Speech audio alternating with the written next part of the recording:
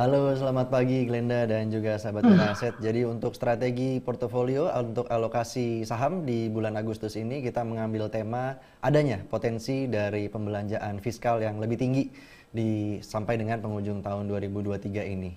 Next slide. Jadi kalau misalnya kita bisa review sedikit dari kinerja indeks, ternyata itu banyak diberatkan oleh saham-saham yang berbasiskan komoditas. Kita lihat di sini saham Adaro, Bayan, MDKA, dan juga ADMR, ITMG, TPIA itu berkontribusi terhadap penurunan indeks sebesar 178 poin. Lebih dari 178 poin menyumbang penurunan indeks. Nah, ini bagaimana dampaknya terhadap IHSG secara keseluruhan? Mungkin bisa dilihat di next slide. Jadi kalau misalnya kita melihat seberapa besar sih dampak dari 178 poin penurunan dari saham-saham komoditas itu hampir menghapus seluruhnya kontribusi positif dari saham-saham yang berbasiskan perbankan. Seperti misalnya Bank Mandiri, BRI, dan BCA itu secara berturut-turut atau secara gabungan berkontribusi sekitar 234 poin terhadap kenaikan indeks. Sehingga penurunan dari 178 poin saham-saham komoditas ini hampir saja menghapus seluruhnya kontribusi positif dari saham-saham yang berbasiskan perbankan. Next slide. Namun kedepannya kita akan mengantisipasi adanya pembelanjaan fiskal yang lebih tinggi yang dapat menopang pertumbuhan ekonomi lebih lanjut. Karena meskipun rupiah itu sudah melemah sekitar 1,7% dari sejak pertengahan bulan Juli sampai dengan pertengahan bulan Agustus ini, nah itu juga banyak disebabkan oleh pernyataan The Fed yang masih tetap hawkish kan ya. Tapi ke depan kita melihat bahwa fundamental daripada perekonomian dan juga fiskal domestik utamanya ini masih cukup resilient, masih cukup robust. Di mana kita lihat di surplus daripada APBN itu sudah mencapai lebih dari 153 triliun. Dan secara perbandingannya dengan GDP juga masih mengalami surplus positif dibandingkan dengan negara lain, negara berkembangnya lain seperti India kita lihat di sini mengalami current account-nya mengalami defisit. Jadi ke depan kita masih melihat bahwa kondisi fundamental fiskal yang cukup kuat ini juga masih bisa menopang primary balance atau keseimbangan utama mencapai 394,5 triliun. Dan dari segi potensial untuk yang sepanjang sampai dengan akhir tahun, mungkin kita bisa lihat di next slide, bahwa pembelanjaan negara maupun juga pembelanjaan pemerintah pusat itu ternyata baru di bawah 50% atau setara dengan 47%, 45% dari target yang ditetapkan untuk sepanjang tahun 2023 ini. Sehingga kita berharap akan adanya alokasi spending yang lebih tinggi di sisa bulan Agustus, September, Oktober, November sampai dengan Desember. Ini akan ada alokasi belanja pemerintah pusat maupun belanja negara yang lebih tinggi sehingga kita bisa melihat dampaknya kepada penopang untuk pertumbuhan ekonomi itu sendiri. Kemana kira-kira dampak daripada pembelanjaan negara ini akan menuju? Kita melihat ada beberapa sektor, utamanya adalah penyelesaian daripada beberapa proyek-proyek infrastruktur yang sedang berjalan, kemudian juga untuk persiapan pemilu, dan juga yang tidak kalah penting adalah untuk pembangunan ibu kota baru. Next slide.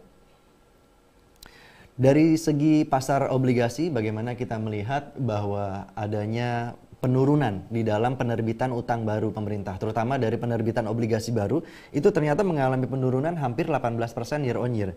Sehingga kita melihat ini akan kedepannya berpotensi bisa lebih rendah daripada realisasi tahun sebelumnya, ataupun lebih rendah, jauh lebih rendah daripada target yang sudah ditetapkan dari sejak awal tahun. Sehingga ke depan kita melihat ini akan ada menciptakan suatu kelangkaan atau boleh dibilang juga supply yang terbatas di pasar obligasi negara. Dan meskipun yield itu sempat mengalami kenaikan karena ya tidak dipungkiri kenaikan dari mata uang US dollar itu juga berkontribusi. Tapi ke depan kita melihat kenaikan yield ini bersifat sementara dan ada peluang dia untuk bisa turun lebih lanjut ke kisaran kembali ke kisaran 6,2%. Next slide. Bagaimana dengan IHSG sendiri? Secara valuasi kita melihat masih cukup undemanding karena sekarang ini diperdagangkan pada valuasi PE ratio yang hampir sama atau sama dengan bursa Malaysia sebesar 14 kali PE ratio, di mana sebenarnya profitability secara ROI itu jauh lebih profitable, sekitar 12,6 ROI dibandingkan dengan bursa Malaysia yang hanya sekitar 9,3% ROI. Jadi kita beranggapan bahwa masih layak untuk diperdagangkan lebih premium, setidaknya mendekati bursa Thailand maupun India sekalipun. Next slide. Dari segi analisa teknikal kita lihat pergerakan IHSG sekarang ini sudah menembus ke atas atau breakout ke atas dari MA 200-nya, dan bahkan kita lihat juga di sini MA 50, moving average 50 sudah hampir membentuk golden cross dengan moving average yang 100-nya, sehingga diperkirakan akan terjadi bullish reversal. Next slide.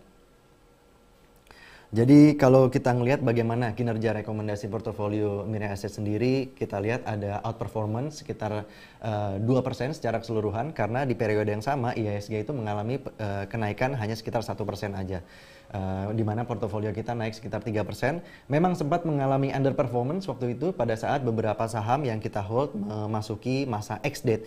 Biasanya pada saat masa ex-date pembagian dividen itu harga saham mengalami penurunan ya. Tapi setelah kita memperhitungkan kembali dampak dari pembagian dividen tersebut, maka sudah terrefleksi di dalam kinerja yang sekarang sebesar 3%.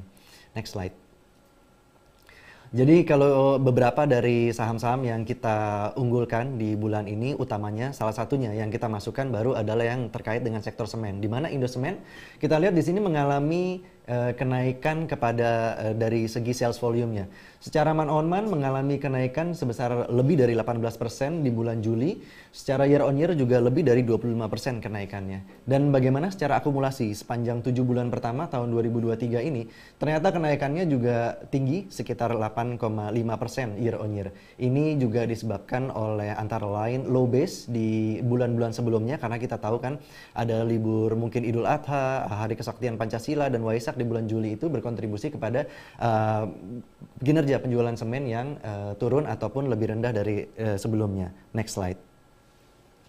Dan ini juga yang membuat kita meyakini bahwa Indosemen merupakan salah satu pilihan utama karena berhasil tumbuh lebih tinggi 8,5% year on year dibandingkan dengan SMGR yang hanya sekitar 7,4%, dan industri yang ternyata mengalami penurunan sekitar 2,3% year on year. Ini juga dikontribusi oleh aset yang baru diakuisisi dengan skema lease dari Bosowa. Next slide. Tidak kalah penting juga adalah sektor telekomunikasi, di mana kita ngelihat di sini Telkom dan XL sebagai pilihan utama, karena kita ngelihat di sini ada beberapa hal yang bisa kita perhatikan, antara lain dari segi peningkatan jumlah pelanggan fixed broadband, di mana pelanggan IndiHome itu mengalami kenaikan sekitar 7,2% secara year on year, dan XL Home mengalami pertumbuhan yang lebih robust mencapai 51% secara year on year. Next slide. Dari segi ARPU juga kita melihat sebenarnya Telkom dan XL juga cukup superior.